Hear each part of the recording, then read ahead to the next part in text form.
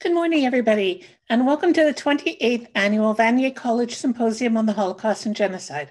I'm Marlene Grossman, and I'm a psychology teacher here at the college, and also I coordinate the symposium. For more than 2 decades, Vanier, in conjunction with the Holocaust Education and Genocide Prevention Foundation, has been the only college in Quebec to sponsor a week-long event dedicated to educating students about the Holocaust. Each year, we plan a comprehensive calendar of activities involving guest speakers, lectures, films, survivor testimony, and student participation. This year was a unique one, as the 25th symposium was originally scheduled for last March, but had to be postponed due to the pandemic. We felt it very fitting to hold the symposium during the week of November 9th to commemorate Kristallnacht, or Night of the Broken Glass. On the night of November 9th, 1939, violent anti-Jewish demonstrations broke out across Germany and Austria. Over the next 48 hours, violent mobs, spurred by anti-Semitic calls from Nazi officials, destroyed hundreds of synagogues, burning or desecrating Jewish religious artifacts along the way.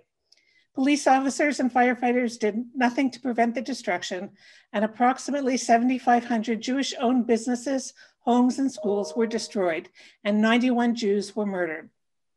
This is unofficially known as the beginning of the symposium, as this marked a shift from anti-Semitic rhetoric to legislation, anti-Semitic rhetoric and legislation to the violent, aggressive, and anti-Jewish measures.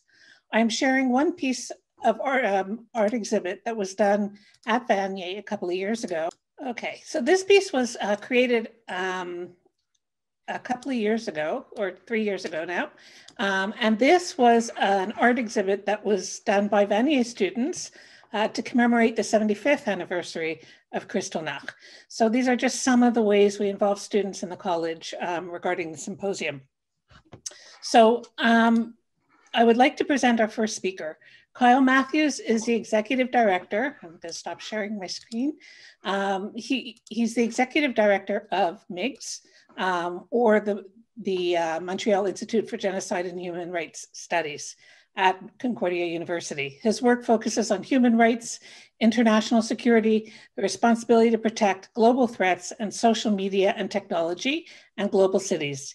He works closely with a Canadian all-party parliamentary group for the prevention of genocides and has advised members of parliament on issues related to international peace and security.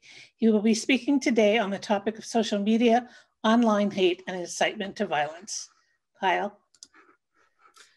Thank you, Marlene. It's a great pleasure to be here. It's a pleasure to address Vanier students on this important annual event. Apologies that I was not able to, or we weren't able to meet together in the spring when this was originally planned, but thanks to these digital technologies that I'm going to talk about, but we can use, it's great to be with you today. So as Marlene said, I am here today to talk about social media, online hate, and incitement to violence. When I spoke to Erwin Kotler about 10 years ago, he said, hey, Kyle, genocide doesn't begin with killing, it begins with words. And what he was trying to say was that it's the ideas and the words expressed that lead to dehumanizing people and then eventually to incitement to violence. So that stuck with me.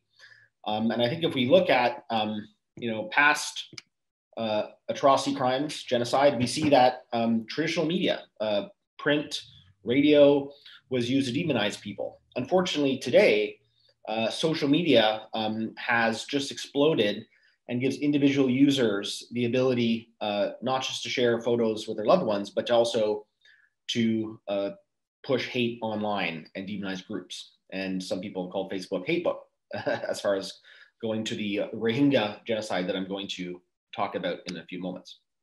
So my colleagues and I at MIGS, the Montreal Institute for Genocide and Human Rights Studies, we've been looking at the digital space since about 2011. We saw social media was changing the way that people communicated and how governments were communicating. And we set up something called the DMAP Lab, which is the Digital Mass Atrocity Prevention Lab, that we've done studies. We work with Global Affairs Canada. We've trained diplomats. That's kind of our umbrella for a lot of the stuff we do on social media. And like I said, we train Canadian diplomats on all sorts of aspects of the digital realm. We do policy analysis. We convene stakeholders, so UN staff members, NGOs, academics. We bring people together to try to find solutions to this pressing problem. We've launched the first Artificial Intelligence and Human Rights Forum in Montreal, because Montreal has become a major AI hub, which is all tied to social media. And we've also have partnerships with the UN Office for Prevention of Genocide, doing work with UNESCO, and some work in the past with the UN High Commissioner for Human Rights. So we're really kind of engaged in Montreal, but really looking to try to bring the experience of Montrealers, Canadians, to kind of strengthen the international system. Oh, and if I can just go back, if any of you are interested, we're doing an event tomorrow called A Genocide Instead on Facebook. I'm going to talk about that now, but we're doing it with a bunch of high-level speakers with the Global Action Against Mass Atrocity Crimes Initiative, which is we're one of their partners.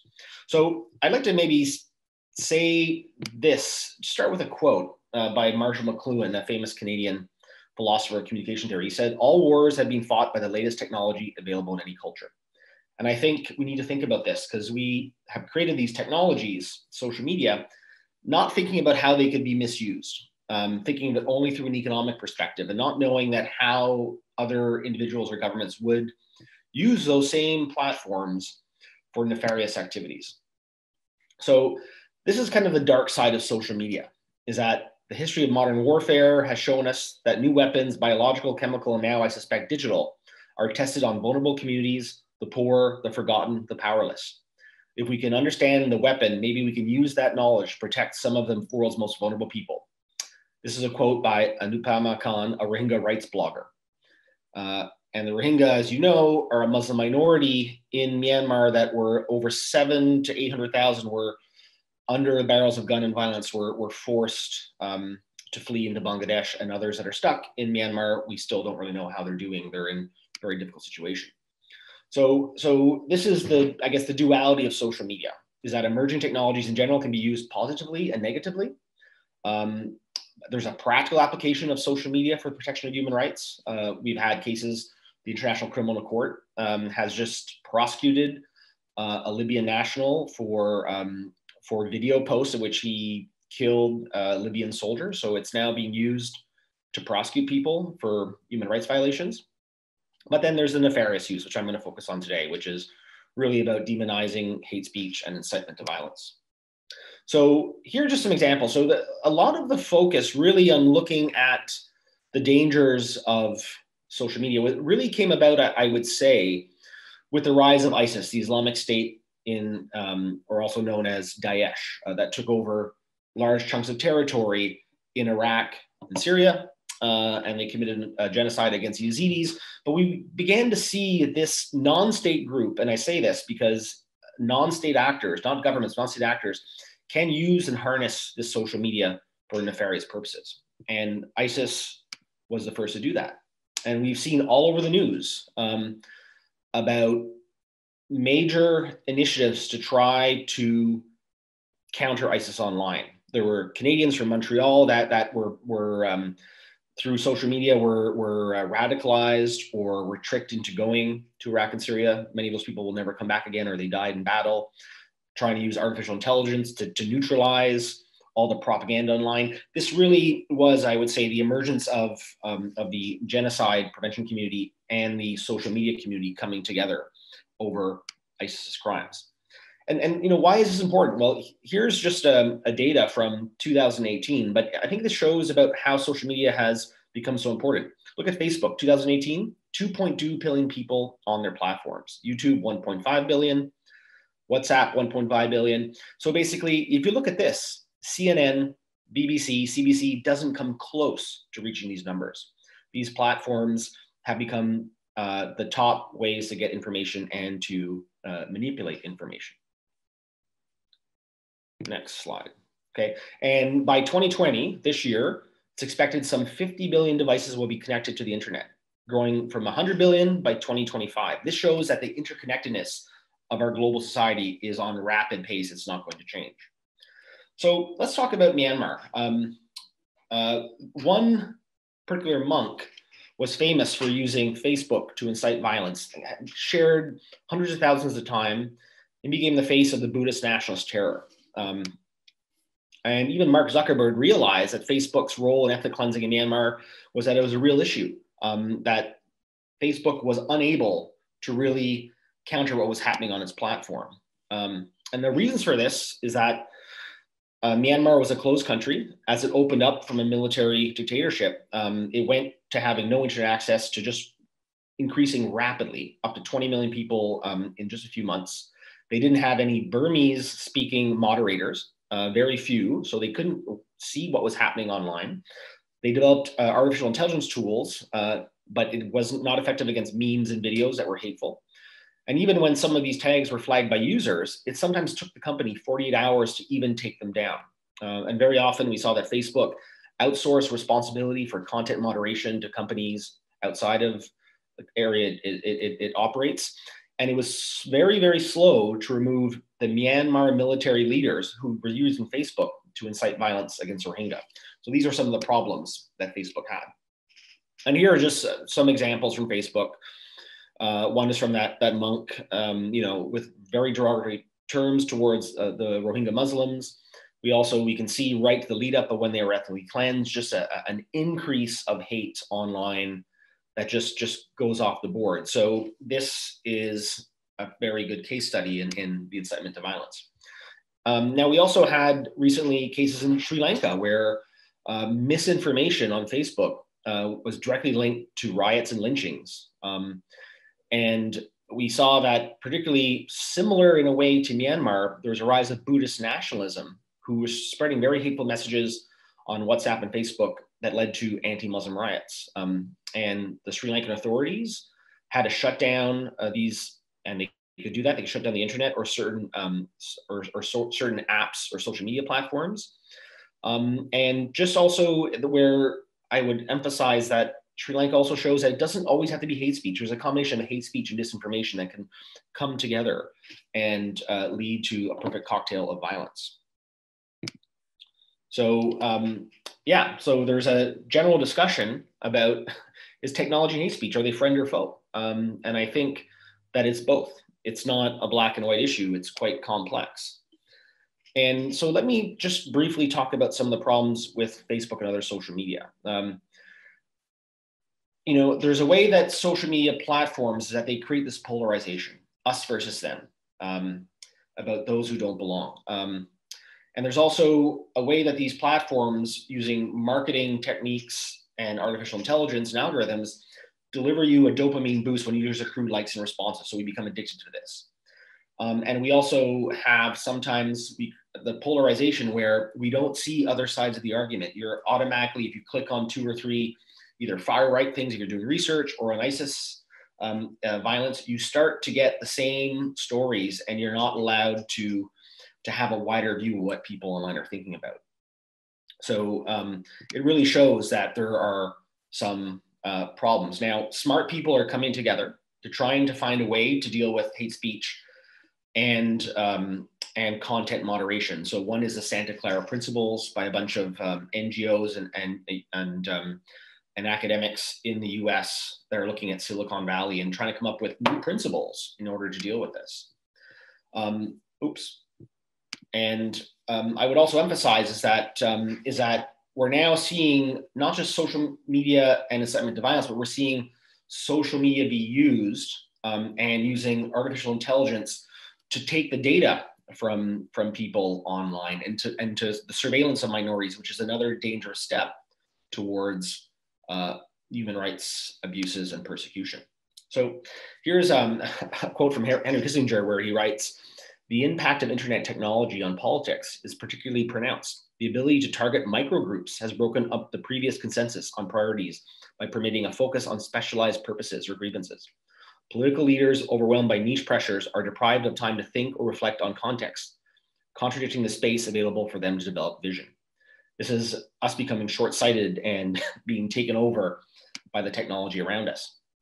So I just wanted to then now, as I look, I have about 6-7 minutes left, is that on social media, we're seeing also a misuse of social media that's leading towards these atrocity crimes. One is, and the key comes is misinformation, false or misleading information, which is disseminated by a person unknowingly.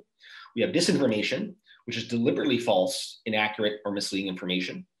And then we have fake news. Now, I talked earlier about an echo chamber where people self-select information which conform to their established preferences and reinforces personal ideology. But this is the key. My friend, Chris Tuckwood, who runs the Sentinel Project that does anti-genocide work, he said, hate speech loads the gun, but disinformation pulls the trigger. That transforms digital hate into real world violence. So there is a connection here that we have to have a wider view of who's online and who's doing what, and how do we build the capacity as societies like Canadian civil society or the Canadian government to try to counter this, because the internet now and social media means there's no official borders anymore. Information can come across us. And I think I would like to leave my last few minutes to basically talk about where social media is going, or perhaps what is the role of artificial intelligence in this. So we have, you heard about algorithms, that's AI. We hear about bots, AI-powered bots that are fake people online that go after people. But we're basically living in an area where we're seeing computational propaganda, AI being used to target individuals online. So some of you might not have heard, there's something called deepfakes, which is AI-powered technology to change videos, to make another person look like they are actually saying something. Think about how an individual could put up a fake video of a presidential candidate where he makes derogatory comments about a religious minority. That could totally upend not just an election, but could also lead to violence offline. So we have deepfake technology coming at us. We also have artificial voices, AI-powered voices that you can share online. We have a company called Lyrebird that allows you to create any voice of anyone and put it out there, and then you have a way you could put out, the voice of an imam calling for violence against a religious minority in country A, or you could have put a voice of some far right person calling for violence here. We're entering an era where social media is about to get much more complex because of the free AI-powered tools available that are integrated with these platforms. And why is this important? Well, all of this social media and artificial intelligence, it alters reality. We can exploit or sabotage individual identities. It can undercut rational decision-making. It distorts policy debates. It can manipulate elections. We've seen a lot of violence and hate speech take place during elections. So this is also of utmost importance. It erodes trust in public institutions. It exacerbates social divisions and generates civil unrest. And we've heard about the concern that falsification of reality could lead to apathy, group thinking, or the infocalypse. So we are in a fascinating time, if not a scary time. Oops. And that's the end of my slideshow. I'm about 1 minute left. But what I would like to say to everyone is that never has it been more important for people concerned about human rights, for people working in government and concerned about preventing conflict, preventing mass atrocity crimes, for us to have young people that understand what we call digital natives that can actually help us find solutions to something which is not just upon us, but over top of us. We have very few people in government outside that are working on these issues. We need to build up our capacity, build up our knowledge, and really be able to use these tools for a force of good rather than a force of hate. Thank you. Thank you, Kyle. So we'll be taking questions. Below you see a little Q&A box. You can ask your question there. I guess I'll lead it off, Kyle, if you don't mind. Sure. So we see that Twitter and Facebook are just starting to try and deal with some of this hate speech. For example, they promised to take down pages that are pro-Holocaust denial. So all the deniers would be taken down off Facebook and Twitter. Is that enough? No, it's not enough, but it's a good start. One has to ask why Facebook and Twitter took years to take action on Holocaust denial. It really, it's shocking that it took so long.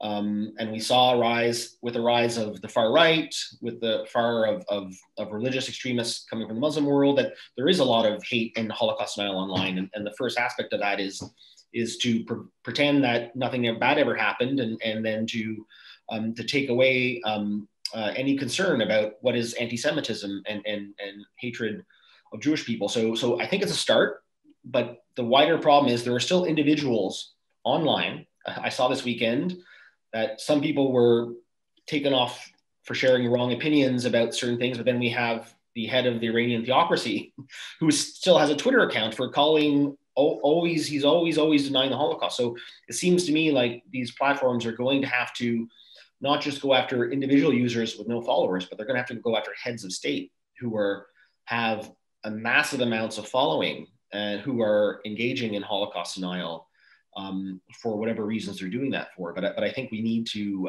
I think these companies are going to have to take a stance.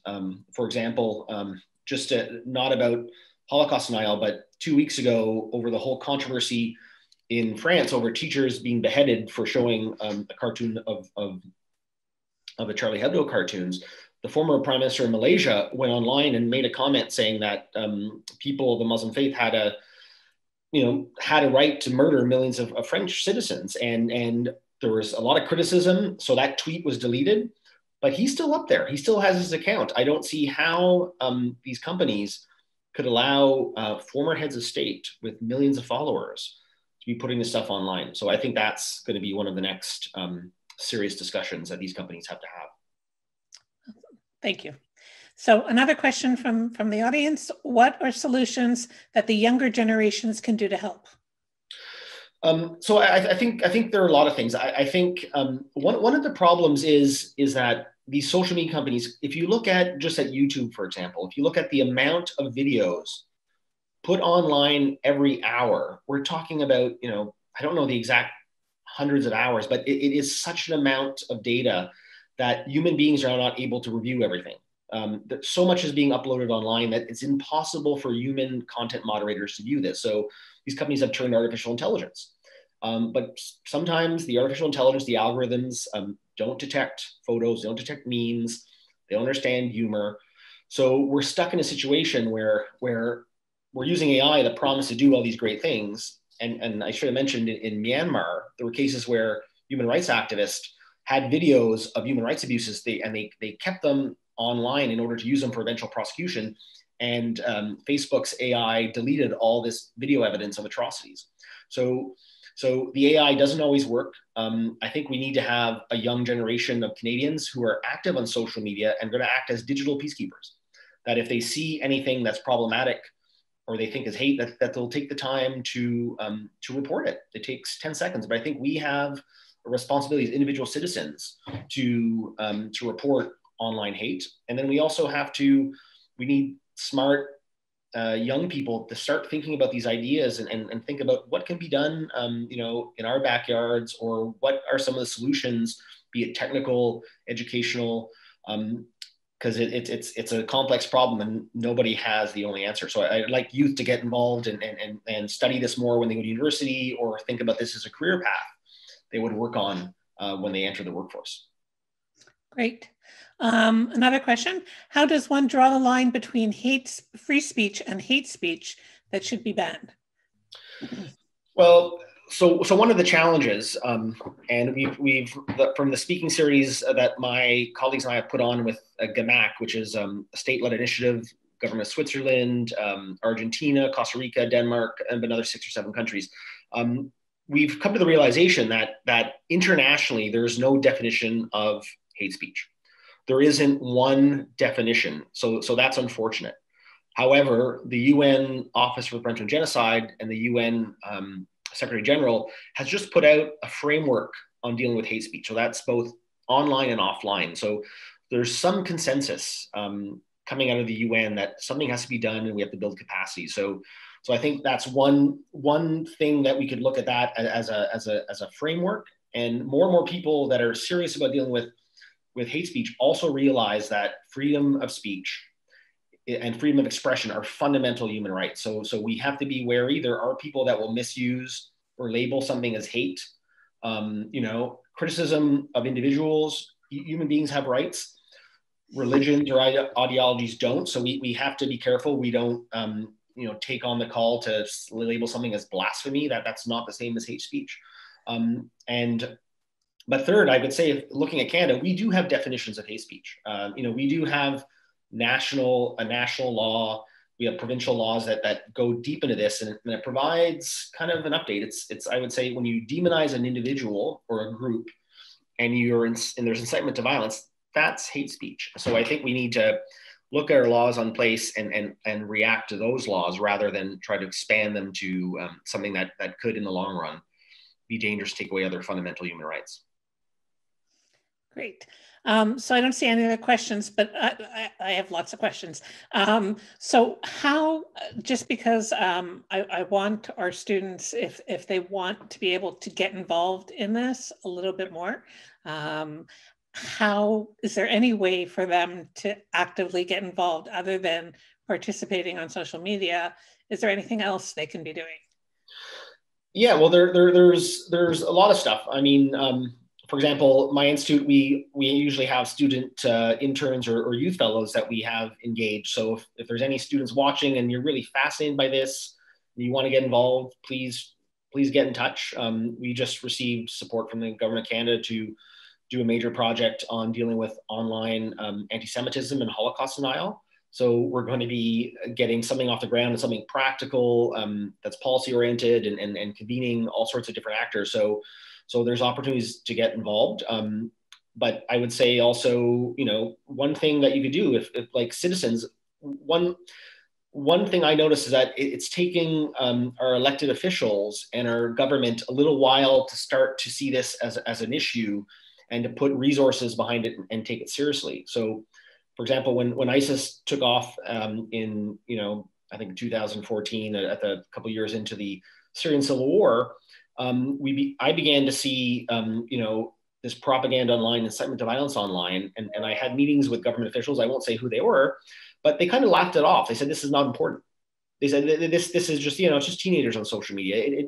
It's not important. And so they refused to do anything, or at least put some resources to do anything about it. And then we had 30 young Canadians from Quebec disappear, go abroad. We've had people radicalized here to a hateful ideology that committed violence, attacking Parliament Hill or Canadian soldiers. So what my message here, and I've gone off topic, but let's say if you are interested in this, please write to your member of parliament and say, we want Canada to take a stronger action in dealing with online hate, develop a stronger digital policy to deal with this problem, both here in Canada and internationally.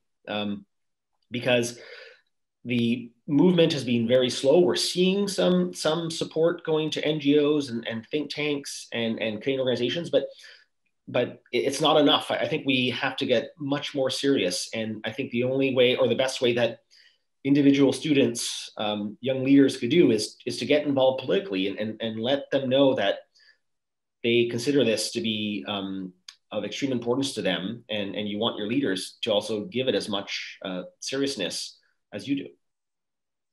That's great. So students, if you're listening, get involved. This is an important issue. Okay, so I think the questions have finished. I'll give everybody one more opportunity to ask a question if you're interested. And if anyone is watching it that perhaps you don't have a question about social media or hate, but if there's something else like a certain country or a situation or you had a personal experience, please bring it up. I'm willing to, you have me for a few more minutes. I'm willing to talk about other things if you have interest on the wider issues beyond social media. I'll give them another minute to digest that. Okay. So I'm just going to wait. If not, I'd like to thank Kyle Matthews. Thank him for attending. Thank you for speaking so eloquently about something that's so important in our society. Social media, you guys, your students are on it all the time. You see how much hate is out there, and we need to start addressing it. So thank you for coming. Thank you for speaking, Kyle. And thank you so much for the invitation, and I wish everyone success for the rest of the events you have planned this week. Thank you. Bye-bye.